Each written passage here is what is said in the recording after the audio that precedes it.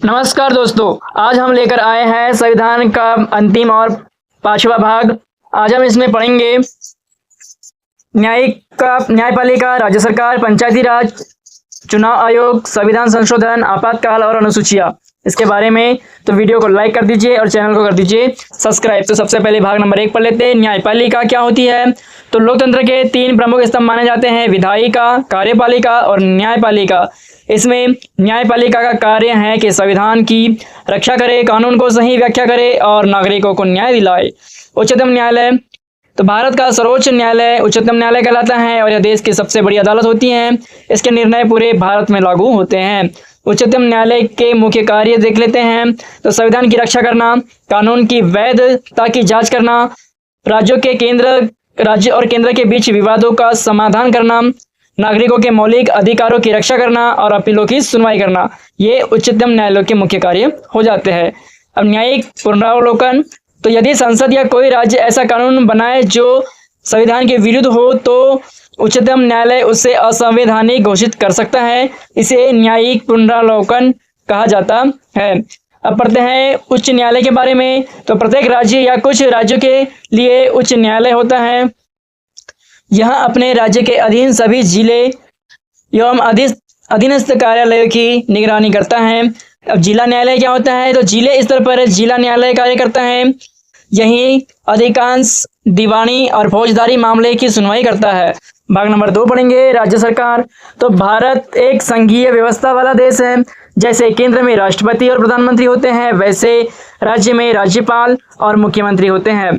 राज्यपाल क्या होते हैं? तो राज्यपाल किसी राज्य के संवैधानिक का प्रमुख होता है, जिनकी नियुक्ति राष्ट्रपति करता है। जिस प्रकार से देश में राष्ट्रपति होता है, उसी प्रकार से राज्य में राज्यपाल होता है। वे मुख्यमंत्री की सलाह पर अधिकांश कार्य करते हैं। अब मुख्यमंत्री के बारे में जानेंगे। तो मुख्यमंत्री राज्य सरकार का वास्तविक प्रमुख होता है। जिस दल को विधानसभा में बहुमत मिलता है, उसका नेता सामान्यतः मुख्यमंत्री बनता है। मुख्यमंत्री मंत्रिपरिषद का नेतृत्व करता है और राज्य का प्रशासन होता है। अब राज्य विधानसभा, तो राज्य की विधानसभा कानून बनाती है, बजट पारित करती है और राज्य सरकार को जवाबदेही बनाती है। कुछ राज्य में विधान परिषद भी होती है, लेकिन सभी राज्यों में यह नहीं होती है।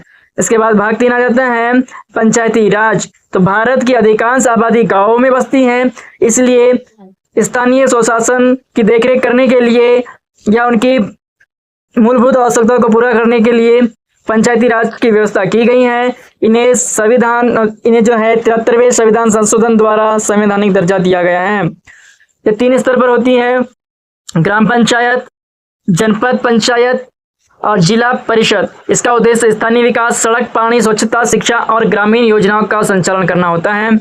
नगर निकाय के बारे में पढ़ लेते हैं। तो शहरों के लिए 74वें संविधान संशोधन द्वारा नगर पालिकाओं और नगर निगमों को संवैधानिक दर्जा दिया गया है। ये शहरी विकास, सफाई, जलपूर्ति, सड़क और सार्वजनिक सुविधाओं का प्रबंध करते हैं। भाग 4 में जो है चुनाव आयोग के बारे में पढ़ लेते हैं। अब तो लोकतंत्र में निष्पक्ष चुनाव कराने का महत्वपूर्ण होता है। भारत में चुनाव कराने की जो जिम्मेदारी है वो भारत निर्वाचन आयोग की है।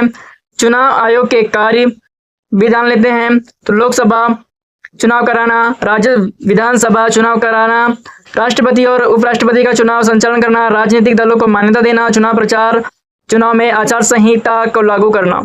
अब संविधान संशोधन के बारे में पढ़ेंगे। तो समय के साथ समाज बदलता है, इसलिए संविधान में भी कुछ ऐसे परिवर्तन आवश्यक हो जाते हैं। इन्हें संविधान संशोधन कहा जाता है।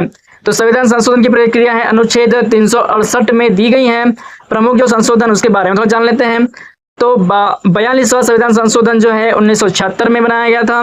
प्रस्तावना में समाजवादी, पंथ निरपेक्ष और अखंडता शब्द जोड़े गए या मौलिक कर्तव्य जोड़े गए हैं इसमें। 44वां संशोधन 1978 में लाया गया। आपातकाल से संबंधित कुछ प्रावधानों में बदलाव किए गए। नागरिक स्वतंत्रता की सुरक्षा को मजबूत किया गया। 73वां संशोधन पढ़ेंगे। तो पंचायती राज संस्थाओं को संवैधानिक दर्जा मिला है। 74वां संशोधन नगर पालिका और नगर निगमों को संवैधानिक दर्जा मिला।